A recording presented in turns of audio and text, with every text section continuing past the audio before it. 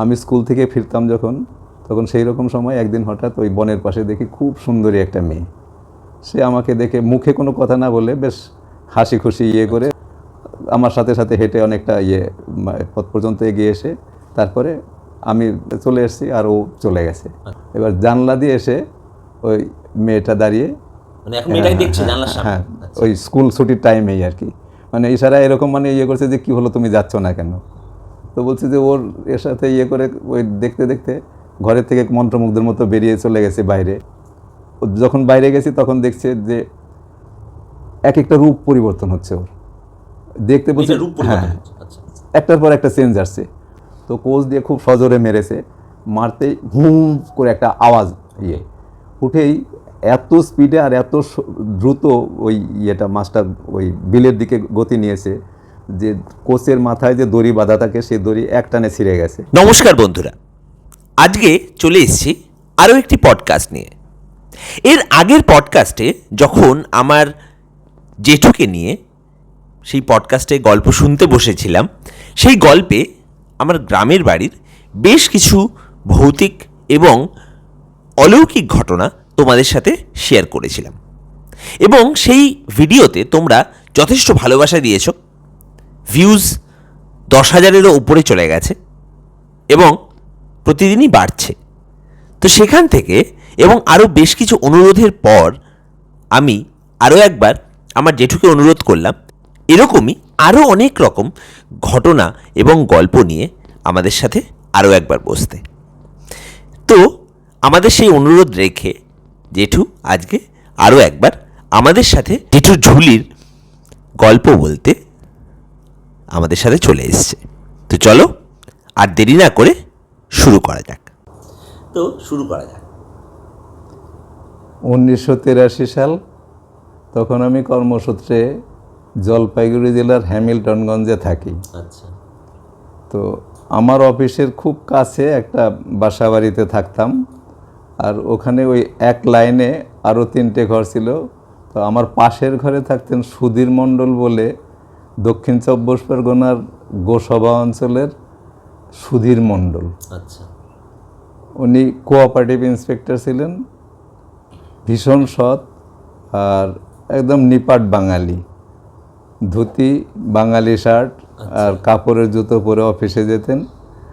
আর সৎ এই সেন্সে বলছি, আমার পাশের ঘরে তখনও ওনার সাথে আমার আলাপ হয়নি ভালো, তবে ওই কোঅপারেটিভের লোন নেওয়ার জন্য অনেক সাধারণ মানুষ আসতো, খুব গরিব শ্রেণীর লোক, তারা ফর্ম ফিল আপ করে নিয়ে এসছে। তো ফর্মটাতে ভুল রয়েছে।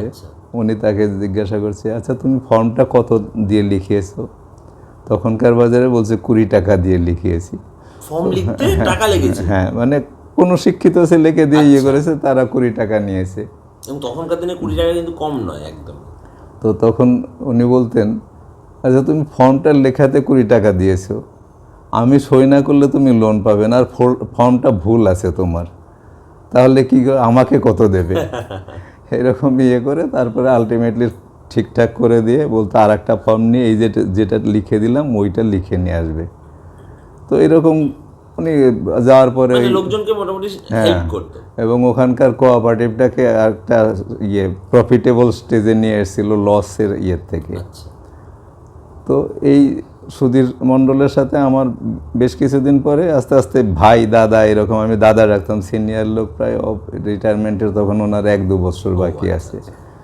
তো একদিন কথায় কথায় ওই রাত্রিবেলা গল্প হচ্ছে যে ভূতের ভৌতিক ব্যাপার আমি জিজ্ঞাসা করলাম, আপনি তো দক্ষিণ 24 পরগনার গোসভা অঞ্চলে থাকতেন, আপনার কোনো অভিজ্ঞতা? তো ওই সুধীর মণ্ডল বললেন যে দেখো ভাই, আমার নিজের জীবনে তো কোনো এরকম নেই, তবে স্কুল লাইফে আমার থেকে 2 বছরের সিনিয়র একজন স্টুডেন্ট, মানে সিনিয়র বন্ধু ছিলেন, তার জীবনের একটা ঘটনা বলেছিল। ঘটনাটা আমি পুরো বিশ্বাস করেছি এটাও বলতে পারবো না, একবারে উড়িয়েও দিতে পারিনি, কারণ যে বলেছিল সে মিথ্যা কথা বলতো না সেভাবে। তো বন্ধু, মুসলিম বন্ধু, তার নাম জাভেদ। তো মুসলিম বনেদি বাড়ির ছেলে, আর দেখতে খুব সুপুরুষ, মানে ওই বয়সে, হ্যান্ডসাম দেখতে, সাইকেলে করে স্কুলে যেত। স্কুলের পথে একটা ফরেস্ট পড়তো, ওই প্রায় 1 কিলোমিটার বিস্তৃত ফরেস্ট। তো ওই বন্ধুটাকে একবার জিজ্ঞাসা করেছে, তোমাকে মাঝখানে অনেক দিন দেখিনি, স্কুলে টুলে যাওনি। বলছে স্কুলে যাব কি, জীবনের উপর দিয়ে এমন একটা ঝড় গেছে যার জন্য স্কুলে যাওয়া হয়নি। দেখি জাভেদ বলছে, হ্যাঁ জাভেদ বলছে গল্পটা, যে আমি স্কুল থেকে ফিরতাম যখন, তখন সেই রকম সময় একদিন হঠাৎ ওই বনের পাশে দেখি খুব সুন্দরী একটা মেয়ে। সে আমাকে দেখে মুখে কোনো কথা না বলে বেশ হাসি খুশি করে আমার সাথে সাথে হেঁটে অনেকটা পথ পর্যন্ত এগিয়ে এসে, তারপরে আমি প্রথমেই তো কোনো রকম করিনি, চলে এসেছি, আর ও চলে গেছে। সেকেন্ড ডে আবার যখন ওখান দিয়ে ফিরছে, দেখছি ওই মেয়েটাই হাতে একটা মিষ্টির প্যাকেট, বিভিন্ন রকমের মিষ্টি ওকে খেতে দিয়েছে। খেয়ে দেখছে খুব সুস্বাদু মিষ্টি, মানে যেন কোথা থেকে এনেছে করেছে। ও কিছু জিজ্ঞাসা করছে না বা বলছে না কিছু, মানে কথা হচ্ছে না। এরপরে তৃতীয় দিন আবার দেখছি যে ঠিক ওখানে, আর বলছি যে কয়েকদিন যাওয়ার পরে আমার একটা নেশার মতো হয়ে গেল, এবং আমি অন্য বন্ধুদের অ্যাভয়েড করে লেট করে ওখানে ক্রস করতাম, আর ওর সাথে একা হতো, এবং ওই মিষ্টির প্যাকেট রোজ প্রতিদিন মিষ্টি খেয়ে আর ওর সাথে ওই খাওয়া দাওয়ার পরে বলছে আমার চেহারার মধ্যে একটা গ্লেজ এত বেশি এসে গেল, আমি নিজেই অবাক হয়ে যেতাম আয়নায় দেখে নিজেকে। এইভাবে কিছুদিন চলার পরে বাড়ির লোকেরও একটু, মানে বাড়িতে খিদে পেত না, থাকতো না, এত খেয়ে আসতো, সবাই ভাবছে যে কি হলো ওর। তো ওকে একটু ফলো করার চেষ্টা করেছে, হ্যাঁ বাড়ির লোকে। তারপরে ওকে বলেছে তোকে স্কুলে যেতে হবে না এখন কিছুদিন। তো স্কুলে যেতে হবে না, ঠিক আছে, বাড়ির লোক বলেছে, ও যাওয়া বন্ধ করে দিয়েছে স্কুল। কদিন পরেই ওর বাড়ির, মানে ওদের বাড়ির পাশ দিয়ে, যে ও যে ঘরে পড়াশোনা করতো সে পাশ দিয়ে একটা রাস্তা ছিল, সেই রাস্তা দিয়ে প্রচুর লোক যাতায়াত করতো, বা ও এবার জানলা দিয়ে এসে ওই মেয়েটা দাঁড়িয়ে, মানে এখন মেয়েটাকে দেখছে জানলার সামনে, হ্যাঁ ওই স্কুল ছুটির টাইমেই আর কি, মানে ইশারা এরকম, মানে করছে যে কি হলো তুমি যাচ্ছ না কেন। তো বলছে যে ওর এর সাথে করে ওই দেখতে দেখতে ঘরের থেকে মন্ত্রমুগ্ধের মতো বেরিয়ে চলে গেছে বাইরে যেয়ে এইবার যখন বাইরে গেছি তখন দেখছে যে এক একটা রূপ পরিবর্তন হচ্ছে ওর, দেখতে বলছে হ্যাঁ একটার পর একটা চেঞ্জ আসছে। আর ওইটা দেখে বলছে যে আমি এতটাই হয়ে গেছি, কখন কি হয়েছে আর জানি না। এবার যখন জ্ঞান ফিরলো তখন আমি বাংলাদেশের একটা হসপিটালে, বাংলাদেশ তখন হলো পূর্ব পাকিস্তান, এটা দক্ষিণ 24 পরগনা, আর সেখান থেকে বাংলাদেশ, ইন্ডিয়া, আর ওইদিকে বাংলাদেশ। বাংলাদেশের একটা হসপিটালে তার জ্ঞান ফিরলো 3 দিন পরে। আর হসপিটালে জ্ঞান ফেরার পরে যারা ওকে হসপিটালে নিয়ে গেছিল তারা বললো তোমাকে পেয়েছিলাম আমরা একটা স্টেশনের পাশে, বাংলাদেশের একটা স্টেশনের পাশে। এবার তখন তো ফোনের যুগও না কিছু না, ওই বাড়ির ঠিকানা পেয়ে ওর যখন জ্ঞান ফিরেছে তারপরে বলার পরে ওই বাড়ির ঠিকানা পেয়ে সেখানে টেলিগ্রাম পাঠিয়ে করে তারপরে ওকে নিয়ে এসছে, এবং নিয়ে এসে ওদের বাড়ির লোকেরকে তখন বলেছে সব কিছু যে কী হয়েছিল। শুনে তাদের বিশ্বাস যে এটা জিন পরীর ঘটনা, পরী বা জিন, হ্যাঁ এত সুন্দর দেখতে যেহেতু। এবার তাকে ওই কবিরাজি মতে যে কবজ টবজ দিয়ে করেছে, তারপরে বলছে যে এর থেকে আমার পড়াশোনা আপাতত কিছুদিন হয়ে গেছে, আবার স্কুলে যাবো। এই কারণে ও মানে এতদিন স্কুলে পৌঁছতে পারেনি ওই সময়টা, মানে বাড়ির লোকেই অ্যালাউ করেনি। আর এটা ছিল ওনার আর সুধীর মণ্ডল যে সে ফালতু কথা বলনেওয়ালা না, সেই জন্য আমার মনে হয়েছে হতেও পারে আবার নাও হতে পারে। কিন্তু মানে সত্যি একটা অন্যরকম টাইপের একটা অভিজ্ঞতা, মানে এরকম ঘটনা এর আগে আমরা কখনো সেভাবে শুনিনি। মানে না আমি শুনিনি, মানে বললাম তো গ্রামে ভূতের শুনেছি, এইরকম পরী হতে পারে। পরী বলে একটা কথা আছে, সবাই পরী সুন্দরী হয়, ডানা থাকে, এটা সবাই করে, কিন্তু ওকে কিভাবে ওই রকম সময়ের মধ্যে বাংলাদেশে নিয়ে ফেললো, কিভাবে ইয়ে করলো, মানে তার না কোনো সত্যি মানে আমাদের কাছে কোনো ইয়ে নেই, লজিক নেই যে কেন হলো, কিভাবে হলো ঘটনাটা। তো তোমার গ্রামের কিছু মানে গ্রামের এর আগের বার যে গল্প শুনেছিলাম, আবার পিসির কাছে শুনেছি, সেই গল্পও মানুষ খুব ভালোবেসেছে। একটু গ্রামের গল্প শুনি কিছু একটা।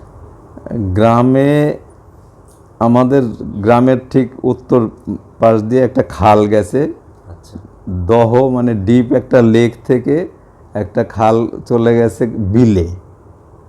এই খালে বর্ষাকালে অনেক সময় মাছ ধরা হতো, নৌকো থেকে আলো ফেলে একটা ওই কি বলবো কতগুলো কাঠি মতো পাট কাঠি মতো পুঁতে দিয়ে ওটা জাম করে মানে একটা গার্ড ওয়াল মতো করে দেওয়া হতো। ওখান থেকে নৌকার মাথা থেকে একটা লাইট ফেলে ওই কাঠিগুলোর ওপরে এবার নৌকোর মাথায় কোষ নিয়ে বসে থাকতে হতো।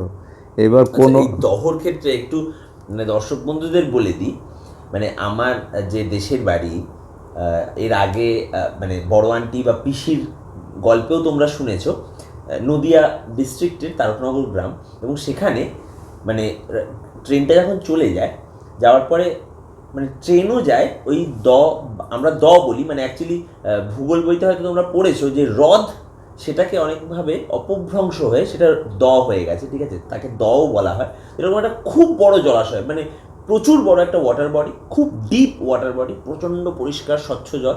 তো সেরকম একটা আমাদের গ্রামে ছিল এবং আছে, এখন হয়তো অনেকটাই শুকিয়ে গেছে, আছে এখনো 3টে ভাগেই আছে, ওটা আছে এখনো।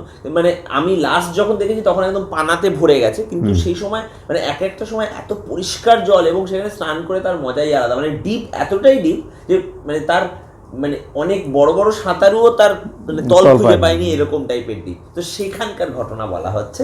তো হ্যাঁ, কন্টিনিউ করো। এবার ওই বর্ষাকালে বিল থেকে জলের স্রোতটা দহের দিকে এসে নেমে আসে, আর ওই জলের স্রোতে বড় বড় মাছ বিলের দিকে বেরোয়। এবার আমার বাবা ওই লাইট নিয়ে ওই নৌকোর মাথায় বসে ওই মাছ ধরার জন্য বসে আছে। রাত্রি তখন 11টা 11:30 হবে। সে সময় হঠাৎ দেখছি ওই কাঠিগুলোকে হিলিয়ে দিয়ে কোনো একটা মাছ যাচ্ছে, আর দেখা যায় না মাছটাকে, অনুমান করে মারতে হয় যে এই জায়গা দিয়ে যাচ্ছে। তো কোচ দিয়ে খুব সজোরে মেরেছে, মারতেই হুম করে একটা আওয়াজ উঠেই এত স্পিডে আর এত দ্রুত ওই মাছটা ওই বিলের দিকে গতি নিয়েছে যে কোচের মাথায় যে দড়ি বাঁধা থাকে সে দড়ি একটানে ছিঁড়ে গেছে।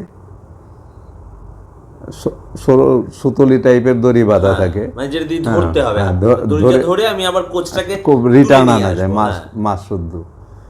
এবার বাবা একা একা ওই নৌকো নিয়ে ওই নিয়ে, দেখাও যাচ্ছে না ভালো, এগিয়ে যাচ্ছে। এবার একটা উল্টো দিকে থেকে বিল থেকে তখন ওই ধানের চারা, মানে জল আচমকা বেড়ে গেছিল, ধান রইবে বলে ধানের চারা যে হয় ওগুলো নিয়ে একটা নৌকো ফিরছিল। আচ্ছা, সেই নৌকা 3-4 জন লোক ছিল।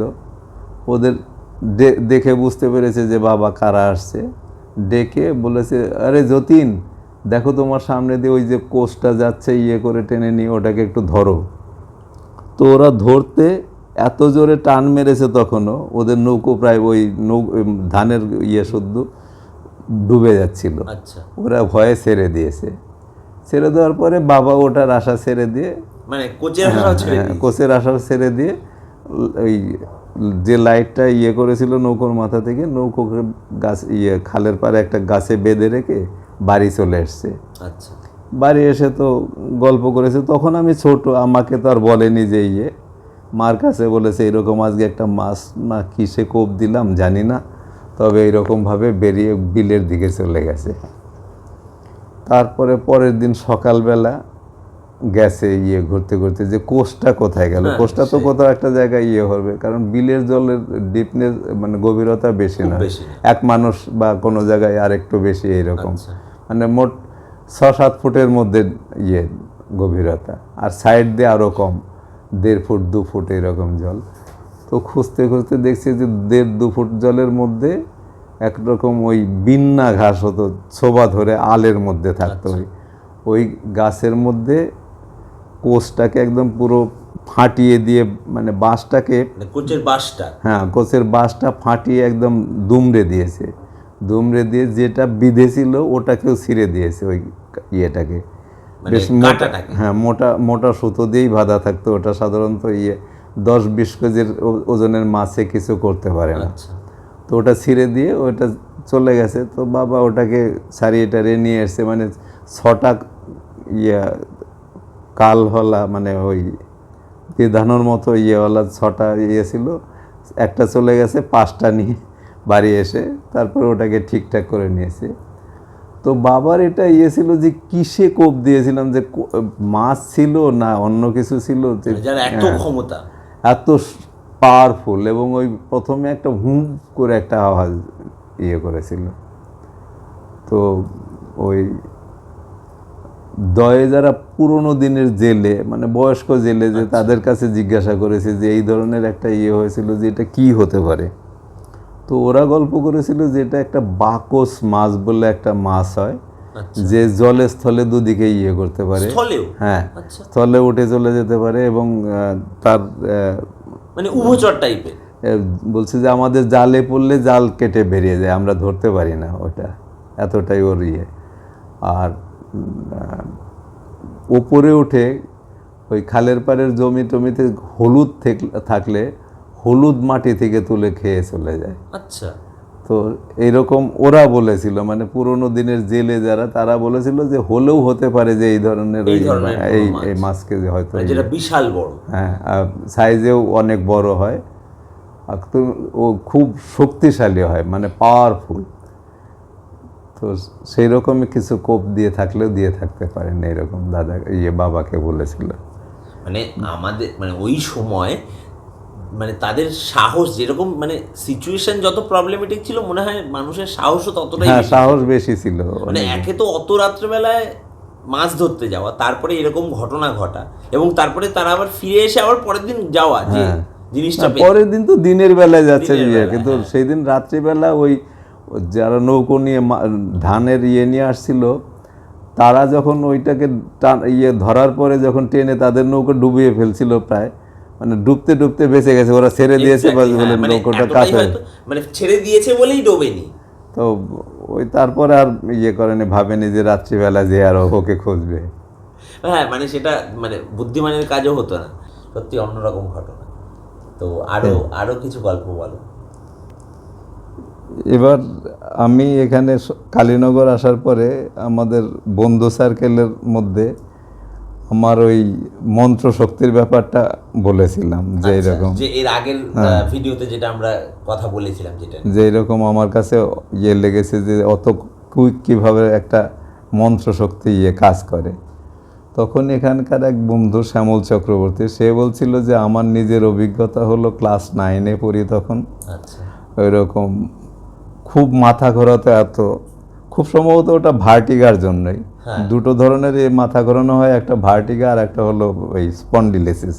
স্পন্ডিলিসিসে খুব দ্রুত ঘোরে না, উঠে দাঁড়ালেই একটু ঘোরাচ্ছে, শরীরটা দুলে উঠছে, এরকম হয়। আর ভার্টিগা জনিত হলে মানে এমন হয় যে হাঁটতে সাহস পাবে না, পড়ে যাবো বলে মনে হয়, হ্যাঁ এত বেশি মাথা ঘোরায়। তো শ্যামল বলছিল যে 7 দিন ধরে ওই রকম এতটাই হয়েছিল যে আমি হামাগুড়ি দিয়ে বাথরুমে যেতাম, হেঁটে যেতে পারতাম না, বিছনা থেকে নামলে হামাগুড়ি দিয়ে চলতাম। তো এটা দেখে আমাদের বাড়ির মেড সার্ভেন্ট, মানে শ্যামলের বাড়ির মেড সার্ভেন্ট, ওদের পাড়ার মানে রামপুরের এক ভদ্রলোককে ডেকে নিয়ে এসেছিল ওর ঝাড়ফুঁক করার জন্য। তো সে বলল এসো দাঁড়াও। তো বললো ভয়ে ভয়ে দাঁড়িয়ে আছি, বলছে উনি ধরে আমাকে কাঁধের এইখানটা জয়েন্ট, মাথার এই মানে কাঁধের যে জয়েন্টটা পেছনে, ওখানে আস্তে আস্তে করে করে করে আচমকা জোরে একদম জয়েন্টের ওপর একটা থাপ্পড় মারলো। বললো মনে হলো পুরো শরীরটা ঝিঝি করে উঠলো, এবং তারপরে বললো থাপ্পড়টা দিয়ে বললো যা ঠিক হয়ে গেছে। বললো তারপরে হেঁটে গেলাম, দেখছি আর মাথা ঘুরছে না। ইনস্ট্যান্ট এরকম হ্যাঁ ঠিক হয়ে গেছে। ইনস্ট্যান্ট ওই একটা থাপ্পড় দিয়ে যে ইয়ে করলো যে পুরো শরীরটা ইয়ে।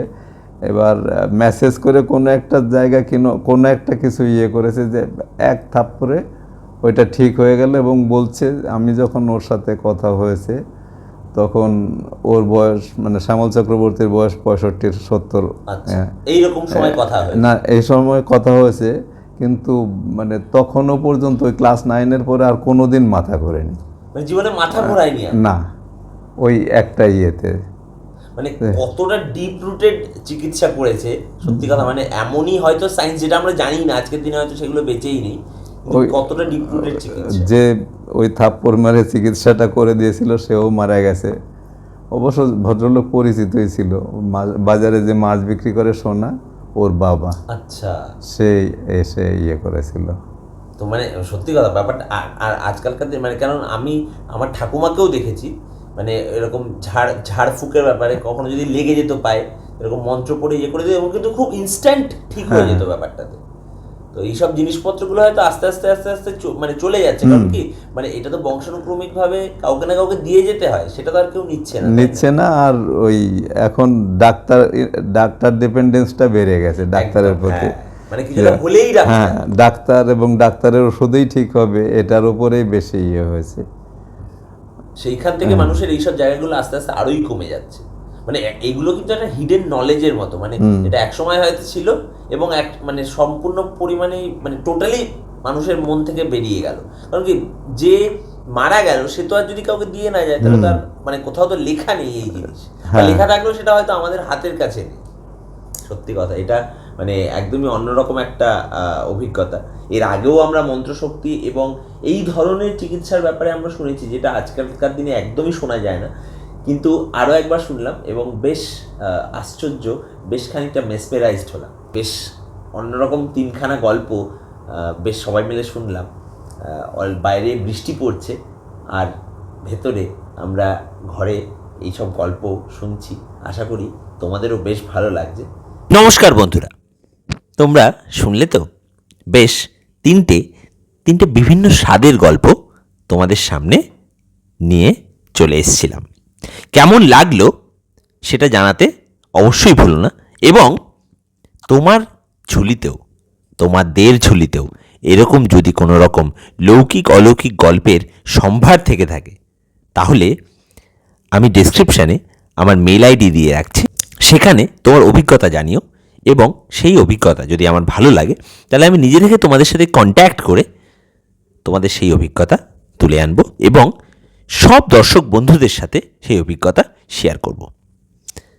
আজকের মতো এইটুকুই, ফিরে আসছি পরের পডকাস্টে পরের গল্পে। ধন্যবাদ।